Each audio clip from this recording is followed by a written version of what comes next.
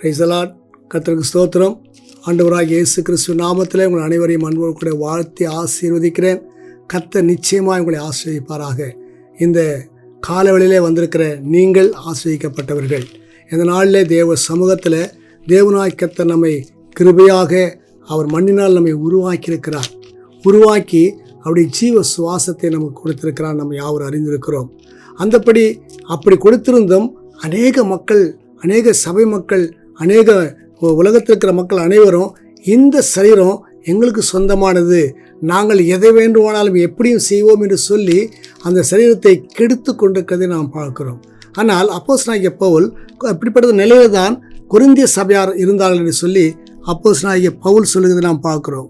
1 கொரிந்தியர் 6ஆம் அதிகாரத்தினுடைய 19ஆம் 20ஆம் வசனத்திலே வாசிக்கும் பொழுது பாருங்கள், உங்கள் சரீரமானது நீங்கள் தேவனாலே பெற்றும் உங்களில் தங்கியும் இருக்கிற பரிசுத்த ஆவியினுடைய ஆலயமாக இருக்கிறது என்றும் நீங்கள் உங்களுடையவர்கள் அல்லவென்றும் அறியீர்களா என்று கேட்கிறார். பாருங்க, நம்முடைய சரீரமானது தேவனாலே பெறப்பட்டதான ஒரு சரீரம். அவர் நமக்கு ஈவாய் இரக்கமாய் கொடுத்த ஒரு சரீரம். இந்த சரீரம் தேவனாலே நாம் பெற்றிருக்கிறோம். அது மாத்திரமல்ல, நமக்குள்ளே தங்கி இருக்கிற பரிசுத்த ஆவியினுடைய ஆலயம் என்று சொல்லுகிறார். இந்த சரீரத்தை நம் இஷ்டம் போல எதையும் செய்வதற்காக தேவன் நம்மை அழைக்க கொடுக்கவில்லை. இந்த சரீரத்தை நாம் பரிசுத்தமாய் பேணி காக்க வேண்டும்.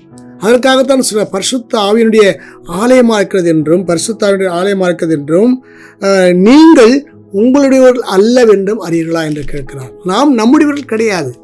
நமக்கு தேவன் இந்த சரீரத்தை வாடகை கொடுத்திருக்கிறார் நாம் அறிந்து கொள்ள வேண்டும். ஏனென்றால் மாத்திரமல்ல, ஏன் நாம் நம்முடையவர்கள் அல்ல என்று சொல்லி நாம் பார்ப்போம் என்று சொன்னால், நம்மை ஆண்டவராகிய தேவன் என்ன செய்திருக்கிறாராம்? கிரயத்திற்கு கொண்டிருக்கிறாராம். 20ஆம் வசனத்தில் சொல்லப்பட்டிருக்கிறது, நீங்கள் கிரயத்திற்கு கொள்ளப்பட்டீர்களே, ஆகையால் தேவனுக்கு உடையவைகளாகிய உங்கள் சரீரத்தினாலும் உங்கள் ஆவியினாலும் தேவனை மகிமைப்படுத்துங்கள் என்று சொல்லுகிறார். அப்புறம் ஆண்டவராகிய தேவன் நம்மை கிரயம் கொடுத்து வாங்கியிருக்கிறார். சாதாரண கிரயம் அல்ல தேவ பிள்ளைகளை, இரத்த கிரயம் கொடுத்திருக்கிறார். பணம் கொடுத்தல்ல, வெள்ளி கொடுத்தல்ல, அல்லாவிட்டால் பொன்னை கொடுத்தல்ல, அவர் சொந்த இரத்தத்தை கொடுத்து நம்மை மீட்டிருக்கிறார். கிரயத்திற்கு நாம் கொல்லப்பட்டிருக்கிறோம். ஆகினாலே நாம் செய்ய வேண்டிய காரியம் என்ன? தேவனுக்கு உடையவைகளாகிய நம்முடைய சரீரம். இந்த சரீரம் யாருக்கு உடையது? தேவனுக்கு உடையது. நம்முடைய சரீரம் கிடையாது, நமக்கு சொந்தமானது கிடையாது. இன்னைக்கு நிறைய பேர் அப்படித்தான் சொல்லிக் கொண்டிருக்க, எனக்கு என்னுடைய சரீரம், நான் எதை வேணாலும் செய்வேன் என்று சொல்லிக் கொண்டிருக்கிறார்கள். தேவ பிள்ளையே, அப்படி அல்ல. இது தேவன் உங்களுக்கு கொடுத்த ஈவாய் இரக்கமாய் கொடுத்த சரீரம். இந்த சரீரத்தினாலும் தேவன் கொடுத்திருக்கிற இந்த ஆவினாலும், நாசிலே ஊதினாரே அந்த ஆவி, அந்த ஆவியினாலேயும் அவரை நாம் மையப்படுத்த வேண்டும். அதற்காகத்தான் இந்த சரீரத்தை ஆவியை கர்த்தர் கொடுத்திருக்கிறார். ஆனால் இந்த ஆவினாலும் சரீரத்தினாலும் நாம் தேவனை மையப்படுத்தும் பொழுது ஆண்டவராகிய தேவன் நம்மை ஆசீர்வதிக்கிறவராக இருக்கிறார். இந்த ஆலயத்தை நாம் பரிசுத்தமாய் பாதுகாத்துக் கொள்ளும் போது ஆண்டவராகிய தேவன் இதனுடைய மகிமையான ஆசீர்வாதத்தை கொண்டு வந்து தம்முடைய மகிமையினால் நிரப்பி நம்மை ஆளுகை செய்து ஆசீர்வதிக்கிற தேவனாக இருக்கிறார். அருமையான தேவ பிள்ளைகளே, இன்னைக்கு ஒப்பு கொடுங்க. தேவனாய் கர்த்தர் உங்களை நேசிக்கிறார். இந்த சரீரத்தை கெடுத்து விடாதீங்க. இந்த சரீரத்தை பரிசுத்தமாய் பாதுகாத்துக் கொள்ளுங்க. இது தேவன் நம்ம கொடுத்துக்கிற வாடகை பாத்திரம். இதை மறந்து விட வேண்டாம். அவருடைய சமூகத்தில் ஒப்பு கொடுத்து நாம் ஜெபிப்போமா? பரிசுத்தமுள்ள தெய்வமே, நன்றியோடு ஸ்தோத்திரிக்கிறப்பா. இயேசு கிறிஸ்துவின் நாமத்தில் வருகிறோம் ஆண்டவரே. ஐயா, அநேகர் கர்த்தாவே இந்த சரீரத்தை வைத்து எத்தனையோ விதமான பாவங்களை செய்து கொண்டிருக்கிறார்கள் ஆண்டவரே.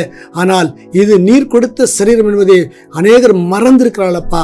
அப்படித்தான் கொரிந்திய சபையாரும் மறந்திருந்தார்கள் ஆண்டவரே. அவளை ஞாபகப்படுத்தும்படிக்கு அப்போஸ்தலனாகிய பவுல் எழுதியிருக்கிற வார்த்தைகளை எங்களுக்கு சொந்தமாக்கி கொள்ளுகிறோம் ஆண்டவரே. எங்களுடைய சரீரம் அன்று உம்மாலே பெற்று உம்முடைய பரிசுத்த ஆவி தங்கியிருக்கிற ஆலயமாக்குது என்பதை நாங்கள் ஒரு நாளும் மறந்து விடக்கூடாதப்பா. மாத்திரமல்ல, நீர் எங்களை உடைய சொந்த இரத்தத்தை செலுத்தி ஆண்டவரை கொடுத்து கிரயத்திற்கு எங்களை வாங்கியிருக்கிறீர்கள் ஆண்டவரே. ஐயா, ஸ்தோத்திரிக்கிறோம். ஆகினாலும் என்னுடைய சரீரத்தினாலும் என்னுடைய ஆவினாலும் உம்மை மகிமைப்படுத்த ஆண்டவரே ஒவ்வொரு பிள்ளைகளுக்கு நீ கிருபை பாராட்டும்படிக்காக நான் ஜெபிக்கிறேன்.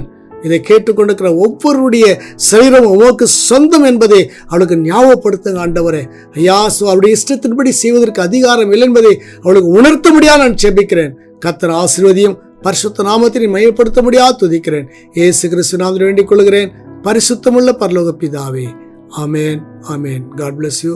கர்த்தர் உங்களை ஆசீர்வதிப்பாராக.